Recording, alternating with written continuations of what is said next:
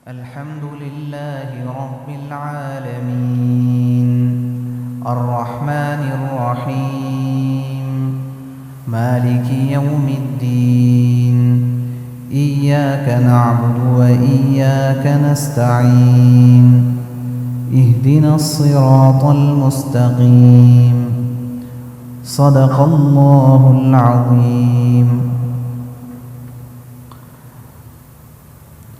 شروع اللہ کے نام سے جو بڑا مہربان نہایت رحم کرنے والا ہے. الحمدللہ رب العالمین، تمام تعریفیں اس اللہ کے لیے ہے جو سارے جہانوں کا رب ہے.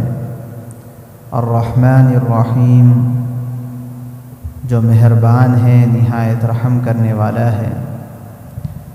مالک یوم الدین، جو انصاف کے دن کا مالک ہے. ایاک نعبد و ایاک نستعین، ہم آپ ہی کی عبادت کرتے ہیں اور ہم آپ ہی سے مدد طلب کرتے ہیں.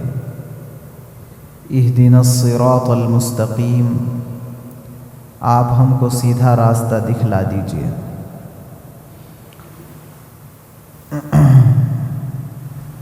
گزشتہ ایاک نعبد و ایاک نستعین پر ہماری گفتگو چل رہی تھی. ایاک نعبد کے سلسلے میں بہت کچھ تفصیل سامنے آئی ہے. ایاک نستعین ابھی باقی ہے. دراصل یہ دونوں جملے اللہ تبارک و تعالی نے اس آیت مبارکہ میں جمع فرمائے ہیں، اور اس سے اس بات کی جانب اشارہ ہے کہ عبادت کرنا بندے کا کام ہے، مدد کرنا اللہ کا کام ہے. اس وجہ سے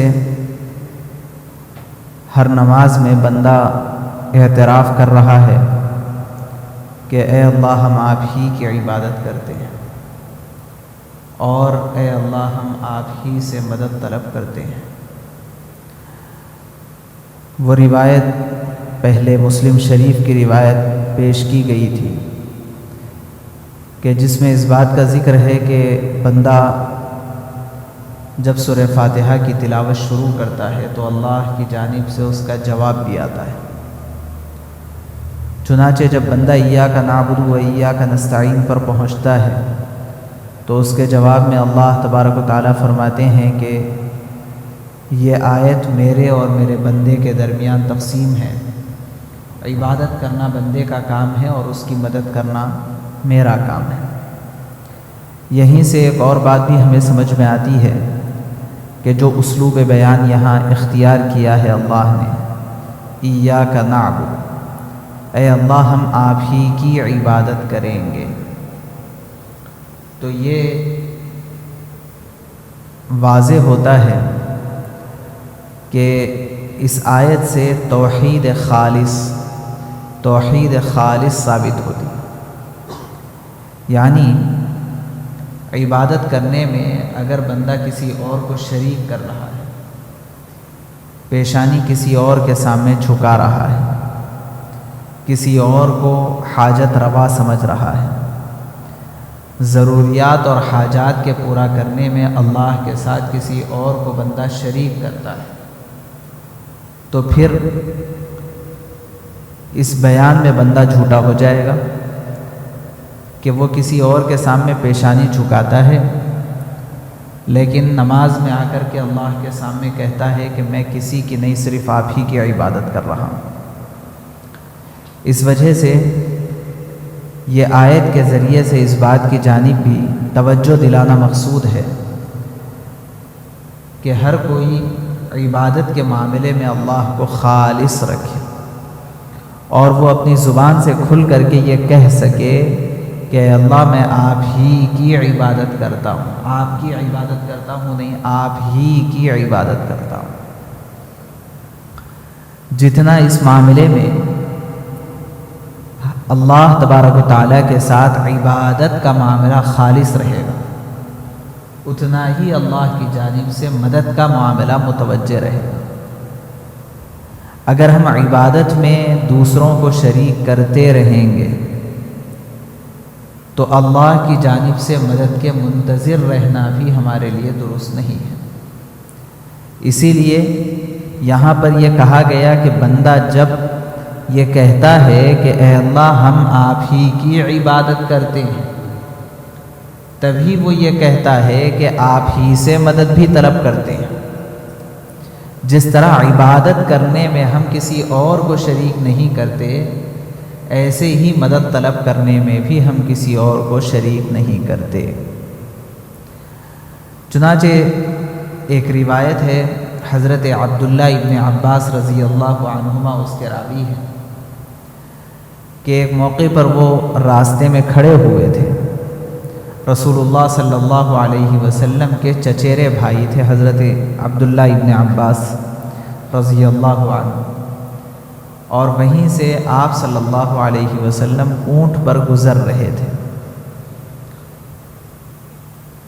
جب دیکھا کہ چچیرے بھائی حضرت عبداللہ ابن عباس راستے میں کھڑے ہیں، غالباً 7 سال کی عمر کے تھے جب چھوٹے سے بچے تھے، تو آپ نے اپنی سواری کو روکا اور حضرت عبداللہ ابن عباس رضی اللہ عنہ کو پیچھے بٹھا لیا۔ پیچھے بٹھانے کو سواری پر ردیف کہتے ہیں، پیچھے بیٹھنے والے کو ردیف کہتے ہیں۔ چنانچہ حضرت عبداللہ ابن عباس رضی اللہ عنہ ردیف بن گئے، اور اس کے بعد آپ علیہ السلام نے پوچھا، یا غلام احفظ اللہ یحفظک، احفظ اللہ تجدہ تجاہک، اذا سألت فاسأل اللہ وإذا استعنت فاستعن بالله، واعلم أن الأمة لو اجتمعت على أن ينفعوك بشيء لا ينفعوك إلا بشيء قد كتبه الله لك، واعلم أن الأمة لو اجتمعت على أن يضروك بشيء لا يضروك إلا بشيء قد كتبه الله عليك۔ اس موقع سے فائدہ اٹھاتے ہوئے رسول اللہ صلی اللہ علیہ وسلم نے فرمایا کہ اے بچے، چند باتیں میں یاد دلاتا ہوں، تم اس کو اچھی طرح محفوظ کر لینا۔ احفظ اللہ یحفظک، اللہ تبارک و تعالیٰ کو یاد رکھے رہو، اللہ تمہاری حفاظت کرتے رہے۔ اللہ کو یاد رکھو، ہمیشہ تم اللہ کو اپنے سامنے پاؤ گے۔ اس کے بعد فرمایا، جب کچھ مانگنے کی ضرورت پیش آ جائے تو سوائے اللہ کے کسی اور کے سامنے اپنا دست سوال دراز نہ کرو، اپنا ہاتھ نہ پھیلاؤ، صرف اللہ سے مانگو۔ اور اس کے بعد فرمایا، جب مدد مانگنے کی ضرورت پیش آئے تو سوائے اللہ کے کسی اور سے مدد نہ مانگو۔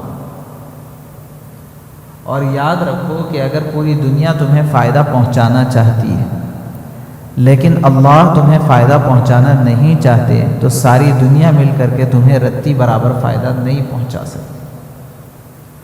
اور یاد رکھو کہ اگر پوری دنیا تمہیں نقصان پہنچانا چاہتی ہے لیکن اللہ تمہیں نقصان پہنچانا نہیں چاہتے تو ساری دنیا مل کر کے تمہارا بال بیکا نہیں کر سکتی۔